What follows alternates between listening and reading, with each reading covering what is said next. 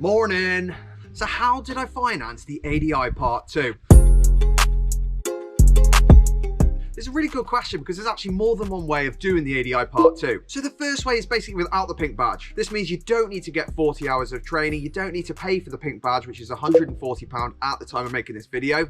You don't need a sponsor, which means if you're with a company, you won't be charged a £50 a week franchise or whatever they feel like at the time, but you won't be able to charge any money for lessons at all. So you won't be able to recuperate any of the costs of training. The second option, which is the one I went for, this is the pink badge option. Pink badge costs around £140. In order to apply for it, you have to have 40 hours of training and you need to be sponsored by an ADI. Now bear in mind these 40 hours of training are going to be around £35 to £40 at least each lesson. It's quick maths, add that up. 40 times 10, 400, 400 times 4, 4, 12, 16, 18.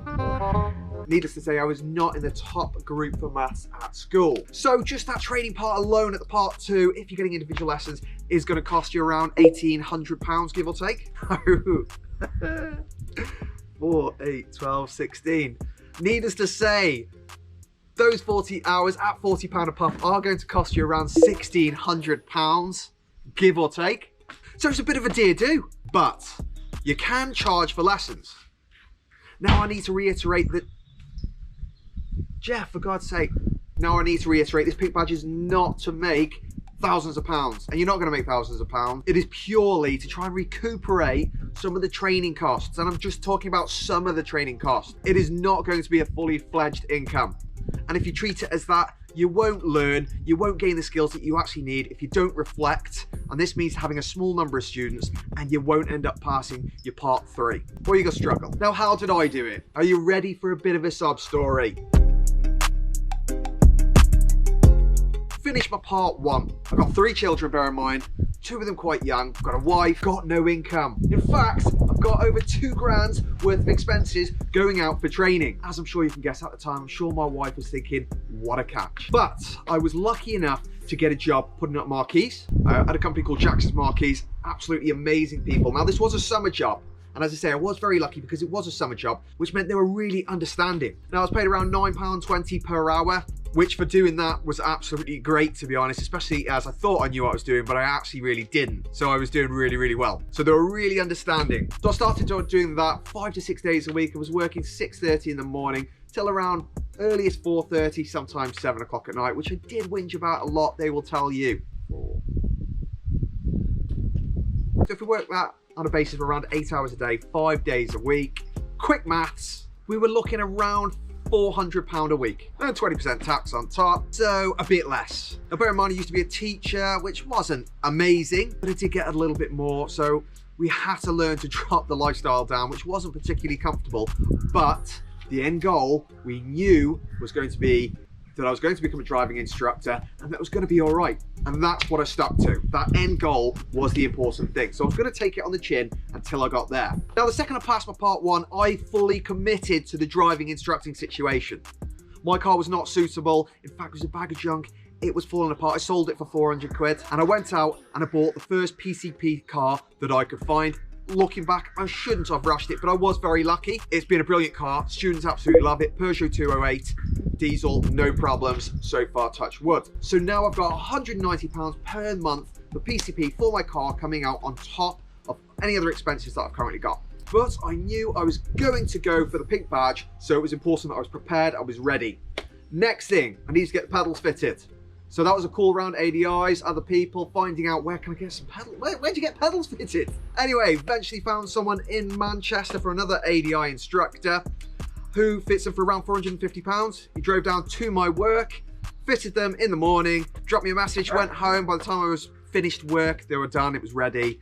Job's a good one. Really not that difficult, but £450 that I had to find. I didn't do anything magical to find this money, guys. I literally worked for £400 a week and had to supplement and sacrifice things in order to pay for anything that I needed for the ADI training.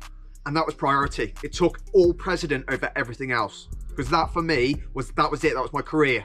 And it's funny, but when you do that in your head, you suddenly start finding the money. You start finding the money, and that's it. Because you stop the takeaways, you stop the meals, you stop the cinema, you stop the things that can go on hold until you're in a place where you can afford them and be comfortable and happy again.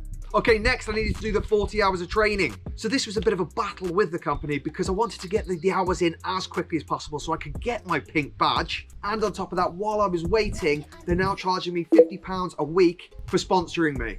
So the longer I was having to wait for the training, the more weeks that I was paying £50 for, while going to work in the day job. So to give you a bit of a time frame, I passed the ADI Part 2 around the June time. I then passed the ADI Part 3 around December time. June, so July, August, September, October, November, December. So it was about 5 to 6 months. And that was me really trying to push it as hard and fast as I could. And I needed to push it because the summer job, it wasn't just called a summer job for funds. It wasn't just called a summer job for the hell of it. Believe it or not, but people in the winter don't want marquees. So I knew that was going to be coming to an end. Next, it was time to try and get some students. Now, I'm sure if I lived in the middle of London or Birmingham or somewhere really busy and massive, my company that I was with might have got me a couple of students. But I don't, I live in the middle of nowhere. So they weren't that helpful for that situation. I don't think they were particularly based around here, and I don't think they were particularly advertising around where I am. So I needed to do it on my own. Now, luckily, my wife is a bit of a Facebook monster. So she'd already got a page in place and started paying some paid advertising. And basically, I offered free lessons for the first few students, just to get my confidence up. You know, believe it or not, I'm not always that confident a person. So I wanted to build my confidence a bit. So I offered some free lessons to the first few students. Within a couple of weeks, I thought it was time. I started offering the lessons at £10 an hour. Again, a couple of weeks went by, I increased that to £20 an hour. I kept it at £20 an hour until I passed my driving test. So this was prior to COVID, so we weren't completely flooded with students everywhere. So it was a little bit tougher at that time. Now, £20 an hour was just enough to start covering and helping towards my training fees. On top of that £20 an hour, I then continued to have one training lesson every week with one of two trainers. One was called Sally, she was absolutely amazing. Another one, Anita, again, very experienced, absolutely amazing trainer. And I actually went with two different trainers just because I wanted the extra feedback and different views of other trainers. These cost me around £35 to £40 per hour, so I needed to supplement that as well, but it was worth every penny because the training alone that I paid for through a larger company wasn't anywhere near enough, and I did not want to go into that part 3 half-hearted thinking, well, we'll have a go, because I knew how I'd feel on my second attempt and I would not be good. I did not want to risk getting to that third attempt at all. So I really spent the money at the beginning, made sure I was fully prepared for that first attempt. And even then, guys, I'm not going to lie to you, you don't learn everything before you actually become a driving instructor. All they're telling you, if they give you a certificate, is that you've got enough skills to now go out and start training further to become a driving instructor. If they give you a certificate, all they're doing is saying you've now got enough skills to go out and start charging for lessons and continue to develop your abilities as a driving instructor. I mean, my first 2 years as a driving instructor, I learned every day is an absolute school day. I'm not kidding. Every single day, even now, I learn something new. Never get to the stage where you think you know it all, because you really don't. And a bit of food for thought. So going back to the advertising, you know, how do you start the business? I went through Facebook and it was interesting. I met up with another driving instructor. You've probably heard of him, Francis, from Driving School TV. Went to do a mock test in London with him. And we were just chatting about how we started the business. And I mentioned Facebook. He mentioned that he'd spoken to one of his students about, you know, Facebook, is there any point? And the student scoffed. It was like, you know, there's a 17, 18, Facebook, who uses Facebook? It's for old people, you know. And I thought that was interesting. So he not really rely on Facebook as much as perhaps I did, and he used other methods. But as I pointed out to him, the younger guys might not use Facebook so much now. They might be moving across to Instagram, Twitter, I don't know where they are. But the parents do use Facebook. And a lot of the time, the parents are the ones that are actually paying for the lesson. So Facebook is still an absolutely massive tool. And I'd highly recommend that you get on that if you haven't already. So I've got my pink badge, I'm working 5 days a week. As I start to get 4 or 5 students, I try to keep all those students into one day. Now work were really understanding. They let me start taking 1 day off. So I went from 5 days down to 4. Increased my students into a second day. I went from 4 days down to 3. Again, I started building a third day. And then surprise, surprise, I went down from 3 days to 2 days. Now, during this time, I only had around 10 students max, because every single lesson I needed time to reflect on that lesson. And you've got to reflect on it. You've got to think, because not every lesson is going to go well. I promise you that. You know, some lessons might go really well. And those lessons you need to reflect and go, what worked there? What went really well? How do I repeat it? Those lessons that don't go well, Doesn't matter, it's not the end of the world. It's just a case of reflecting and going, right, what went wrong with that lesson? And the most important thing that Sally taught me was if something hasn't gone right, the first question you need to ask is what could I have done differently? And that was so important. And that's what's helped me absolutely hugely. And the difference between students coming to me and saying my last instructor was horrible and saying, Josh, you're so understanding. Because when they do something on a roundabout or they go the wrong way, I don't shout at them. First thing I'm asking in my head is what could I have done differently? Could I have given them clearer directions? I know they're not great at their left and their right. Have I put another tool in place to fix that? If the answer is no, it's my fault. Now, a couple of things I really need to stress. The pink badge is not an opportunity to make a killing for 6 months and then bugger off and do your test. That's not going to work.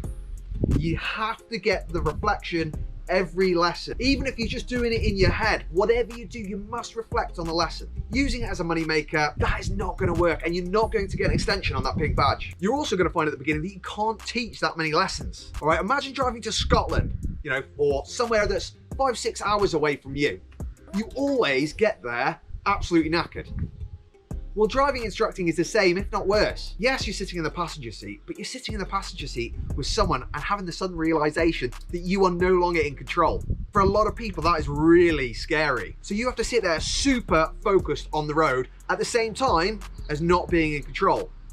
This then produces a load of adrenaline and loads of other lovely body hormones pumping around your system, which after doing it for 5 or 6 hours, you are pretty whacked, and you won't learn from your situations if you don't try and spread those lessons out and take your time with it, with an ADI trainer, to make sure that you're actually going along the right path. It's all well and good, you might be teaching for a week and thinking, well, all the lessons are going great. That doesn't mean you are teaching to the correct standard. So to make sure you don't fork off in that road, have that lesson with a trainer that brings you back on the path. Now, the other thing I haven't mentioned is when you start that ADI Part 3, you're going to need to get driving instructor insurance. Now, for me, my first load of driving instructor insurance was close to £900.